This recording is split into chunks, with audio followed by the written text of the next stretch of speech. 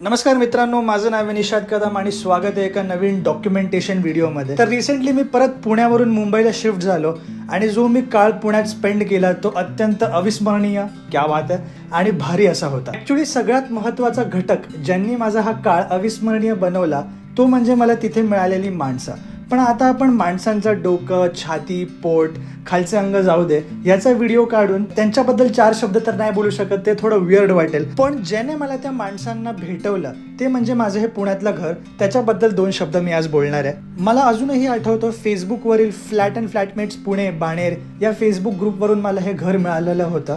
तर हॉल मी तुम्हाला ऑलरेडी दाखवला आणि बाल्कनीमधल्या त्या सिमेंटच्या गोण्या जरा बाजूला काढा, तर जो तुम्हाला तो व्ह्यू दिसतोय तो अख्खा आर्मी एरिया होता आणि त्या आर्मी एरियामध्ये पूर्ण जंगल होतं। त्यामुळे घरात अत्यंत शांतता असायची।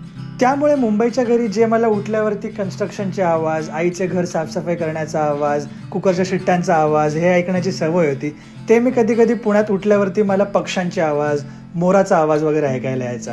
ह्याचं मला खूपच नवल वाटायचं। तर हे होतं आमचं किचन आणि आमचं किचन म्हटलं की आम्हाला आमचा north Indian cook Manish Pandey आठवतो। त्याचा डाळ भात पुलाव कधी कधी चांगला लागायचा, पण बहुतेक त्याला आम्हाला घरातले अन्न, आईच्या हाताचं जेवण याचं महत्त्व पटवून द्यायचं होतं, म्हणून तो आम्हाला कधी कधी नॉट सो गुड जेवण खाऊ घालायचा। तर ही होती माझी रूम। 10,000 या रूमचं भाडं होतं। एकदम मिनिमल अशी रूम होती, बेसिक फर्निचर, भरपूर उजेड आणि असं छान मोकळं वाटायचं रूममध्ये। आणि मी जसं बोललो, घरात अत्यंत शांतता असायची, त्यामुळे काम करत असताना मला माझ्या अंतर्मनाचे आवाज पण ऐकू यायचे या रूममध्ये, की मला हे जमत नाहीये, मी काय करतोय माझ्या आयुष्याबरोबर, हेच माझ्यासाठी करेक्ट करिअर आहे का, असे सगळे। मला एका माझ्या फ्रेंडने हा गणपती सुद्धा दिलेला की जरा देवाशी कनेक्शन राहावं आणि माझं भलं व्हावं म्हणून।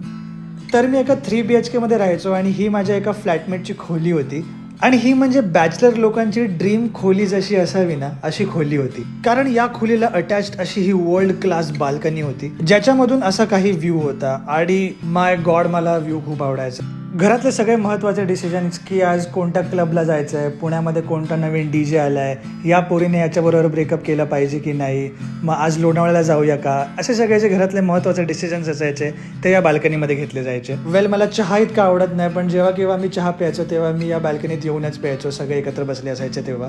ऑल इन ऑल मी खूप लकी समजतो की मला इथे राहायला मिळालं आणि मला पुण्यात भरपूर मजा करता आली। या घराच्या अगदी जवळच माझ्या भावाचं घर सुद्धा होतं, ज्याने मला बाईक घेण्यासाठी खूप प्रोत्साहन दिला। त्यामुळे बाईक चालवायचा नाद एक नवीन लागला, जो की कदाचित मी मुंबईत राहिलो असो तर नसता लागला।